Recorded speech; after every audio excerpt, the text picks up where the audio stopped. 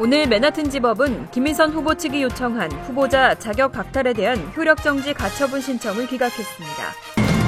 1997년도 출생의 선천적 복수국적자 남성은 오늘 3월 말까지 한국 국적이탈 신고를 하지 않으면 병역 의무를 피할 수 없습니다. 코리아빌리지가 중국계 자본에 인계된 지 약 3년 6개월 만에 유대계 손으로 넘어갔습니다. 연방 대법원이 내일 오바마케어 보조금 지급 조항의 위법 여부를 심리합니다. 텍사스주 연방지법의 추방유예 프로그램 시행 중단 판결 후 추방유예 대상자에 대한 단속이 재개됐습니다. 이상은 이 시각 주요 뉴스입니다. 여러분 안녕하십니까? KBN 뉴스입니다. 법원이 뉴욕 한인회장 선거관리위원회에 손을 들어줬습니다. 오늘 맨하탄 지법은 김민선 후보 측이 요청한 후보자 자격 박탈에 대한 효력정지 가처분 신청을 기각했습니다. 선관위는 법원의 결정을 환영한다며 예정대로 선거를 치르겠다고 밝혔습니다. 보도에 박민기 기자입니다. 맨하튼 지방법원이 김민선 후보자 자격 박탈에 대한 효력정지 가처분 신청을 기각했습니다. 김민선 선대위는 어제 성차별, 사기, 명예훼손 등의 이유로 뉴욕 한인회와 선거관리위원회, 민승기 회장을 상대로 소장을 제출하고 김민선 후보의 자격 복귀, 선관위 해체와 공탁금 보존 등을 요청하는 잠정적 금지 명령을 신청했습니다. 오늘 김민선 후보 측과 민승기 회장, 선거관리위원회는 맨하튼 지법을 방문했지만 결국 판사는 선관위의 손을 들어줬습니다. 대부분의 판사들이 특정 인종 커뮤니티의 일에 관여하는 것을 꺼려한다는 이유도 있지만 현재 선거가 끝나지 않은 상황에서 김민선 후보를 직접적인 피해자로 보긴 어렵다며 선거가 끝난 뒤 다시 요청하라는 것이 법원의 입장입니다. 저희 법이 618조항인데 거기에는 선거에서 피해를 본 사람이 여기 와서 청문회를 요청하게 돼 있어요. 그러니까 즉 다시 말하면 선거에서 진 사람이라는 얘기죠. 근데 선거가 아직 안 끝났기 때문에 자기는 결정을 내릴 수가 없다는 얘기죠. 즉 얘기하면 언제든지 다시 한인회가 다시 선거를 공부 번호를 주면 되는 거 아니냐. 그러면 자기가 할 필요가 없지 않느냐. 이런 얘기죠. 김민선 후보 측 김동민 변호사는 오늘 신청은 기각됐지만 고등법원에 다시 항소하겠다는 계획을 밝혔습니다.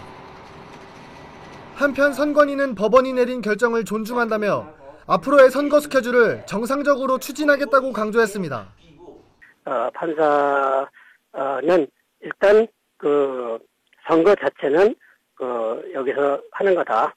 그리고 이렇게 뭐 시기적으로 뭐 10만 불을 받고 후보자 자격 박탈 이렇게 되고 그런 거는 조금 이제 시기적으로 문제는 있는 것 같지만은 일단은 모든 것이 합법적으로 됐고 그 다음에 업무 중지 같은 거는 지금 자기로서는 허가할 생각이 없다. 그래가지고 양쪽한테 오늘 내 결정은 가처분 정지 못하는 걸로 그렇게 결정이 났습니다.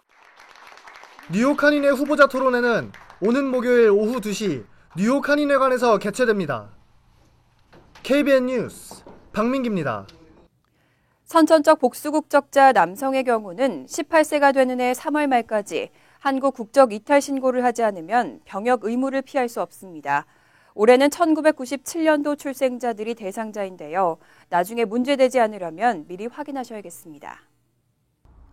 2010년 개정된 한국 국적법에 따르면 미국에서 태어났어도 부모 가운데 한 명이 한국 국적이면 자동으로 한국 국적이 부과됩니다.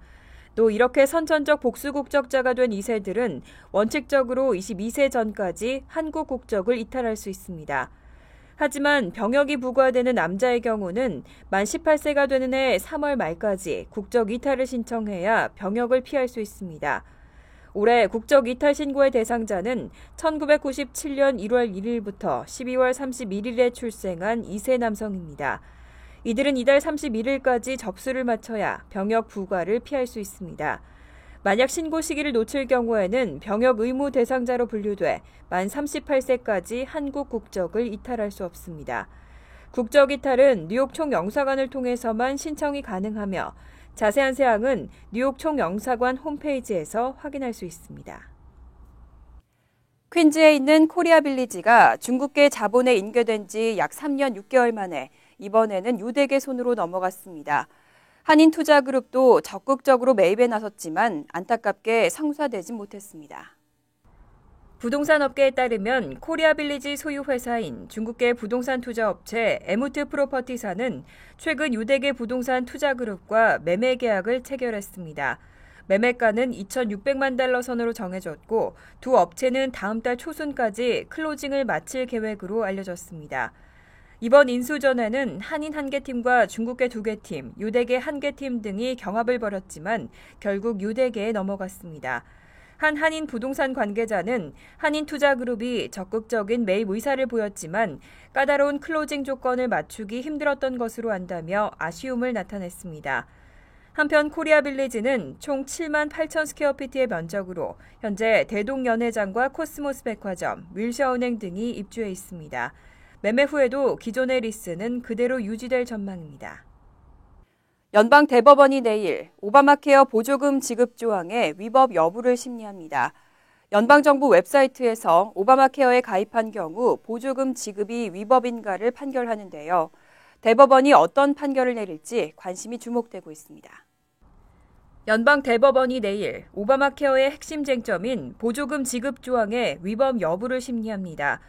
현행법은 오바마 케어를 위해 각 주마다 온라인 건강보험 웹사이트를 개설하고 이 웹사이트를 통해 상품을 구매하면 보조금을 제공하도록 규정하고 있습니다. 하지만 웹사이트를 개설하지 않은 36개 주의 주민들은 연방정부가 통합 운영하는 웹사이트를 통해 건강보험에 등록합니다. 공화당과 보수 논객들은 이 연방정부 웹사이트 가입자에게 보조금을 지급하는 것은 법 규정 위반이라고 주장하고 있습니다. 반면 오바마 대통령과 백악관, 민주당 등은 형평성 차원에서 연방정부 웹사이트 가입자에게도 같은 혜택을 줘야 한다고 맞서고 있습니다. 만약 대법원이 오바마 대통령의 손을 들어주면 오바마 케어는 본격 시행에 탄력이 붙게 됩니다. 하지만 공화당 편을 들면 오바마 대통령에게 큰 정치적 타격이 되는 것은 물론 연방정부 웹사이트에서 가입한 600만 명은 보조금을 받지 못하게 될 전망입니다. 텍사스주 연방지법의 추방유예 프로그램 시행 중단 판결 후 추방유예 대상자에 대한 단속이 재개됐습니다. 오바마 대통령이 안심하라며 들었던 이민 세관 단속국의 내부 지침은 사실상 중단된 것으로 나타났습니다. 미 이민변호사협회는 지난달 16일 연방지법의 판결 이후 추방유예 대상자를 상대로 한 이민국 요원들의 단속이 재개됐다고 밝혔습니다. 추방유예 대상자에 대해서는 이민 단속을 중단하라는 이민 세관 단속국 내부 지침의 시행이 중단됐다는 분석입니다. 실제로 이민 세관 단속국의 커뮤니티와 수감자 핫라인에 녹음된 메시지에도 추후 별도의 지침이 있을 때까지 더 이상 불법 체류 청년 추방유예와 부모 책임 추방유예 프로그램의 시행을 기소 재량권 적용의 근거로 고려하지 않을 것이라고 밝혔습니다. 또 각 이민구치소에 배포됐던 추방유예 프로그램 안내 전단도 최근 모두 치워진 것으로 확인됐습니다. 이와 관련해 오바마 대통령은 지난 2월 25일 기소재량권 활용 내부 지침이 있기 때문에 추방유예 프로그램 대상자들은 위험하지 않다고 밝혔지만 실제로는 단속 추방국 일부 지부에서 의도적으로 단속 강도를 높이고 있는 것으로 전해졌습니다. 뉴욕주가 중산층을 위한 재산세 환급을 추진 중입니다. 이 환급 방안이 통과될 경우 예상되는 지역별 수혜 가구와 평균 환급액이 발표됐습니다. 앤드류 쿠오모 뉴욕 주지사는 주 예산에 포함돼 상정 중인 재산세 환급 방안이 통과될 경우 주내 중산층 131만 1,567가구가 평균 $956를 환급받게 된다고 밝혔습니다. 주정부는 지난 1월 연가구 소득이 $25만 이하로 재산세 부담이 소득의 6%를 초과하는 주택 소유주에 대해 초과분의 최대 50%까지 감면해주는 재산세 환급 프로그램을 발표했습니다. 지역별로 보면 뉴욕시의 20만 9,584가구가 평균 $872를 환급받게 될 전망입니다. 또 나소 카운티는 20만 7,250가구가 $1,208, 서포 카운티 12만 5,167가구가 $1,148, 웨체스터 카운티 9만 4,174가구가 $1,210, 라클랜드 카운티 3만 7,551가구는 $1,136를 환급받을 수 있습니다. 이번 프로그램은 주지사와 주의회의 합의가 이뤄질 경우 2015년도 세금 환급부터 적용되고 4년간 이어집니다. 뉴욕시 프리킨더가튼과 연방정부에서 후원하는 헤드스타트 프로그램, 정부가 개입된 만큼 믿고 보낼 수 있어야 하는데 실상은 아동 방치와 학대가 심각한 실정입니다. 연방정부가 공개한 감사 자료에서 무려 189곳이 지적됐습니다. 연방보건복지부 산하 아동 및 가족행정부서가 공개한 감사 자료에 따르면 뉴욕시의 아동 방치와 학대가 심각한 것으로 나타났습니다. 지난 한 해 동안 뉴욕시 내 프리킨더가든과 헤드스타트 189곳에서 위생과 안전 위반, 아동을 방치하거나 학대한 문제들이 발생한 것으로 조사됐습니다. 이들 189곳 중 26곳은 면허가 만료됐고 교사들의 범죄 기록을 제대로 확인하지 않은 곳도 19곳에 달했습니다. 특히 할렘 소재 아비시니안 프리킨더가든에서는 한 교사가 3세 아동을 발로 폭행하고 브롱스 소재 샤론 베프티스트 다이렉터에서는 아동의 기저귀를 하루 종일 갈아주지 않은 것으로 조사됐습니다. 이 밖에도 바퀴벌레나 쥐가 나오는 것도 다수인 것으로 나타났습니다. 뉴욕시 아동보호국은 문제들이 발생한 프리킨더가튼에 대해 즉각적으로 시정 조치를 내렸다며 단속 강화를 철저히 하겠다고 밝혔습니다. 뉴욕시가 팟홀 때문에 골머리를 앓고 있습니다. 이미 지난 4개월에 걸쳐 10만 개의 팟홀을 보수했는데 아직도 도로 상태가 심각한 실정입니다. 뉴욕시 교통국은 이미 지난해 12월부터 현재까지 10만 개의 팟홀 보수 공사를 실시했습니다.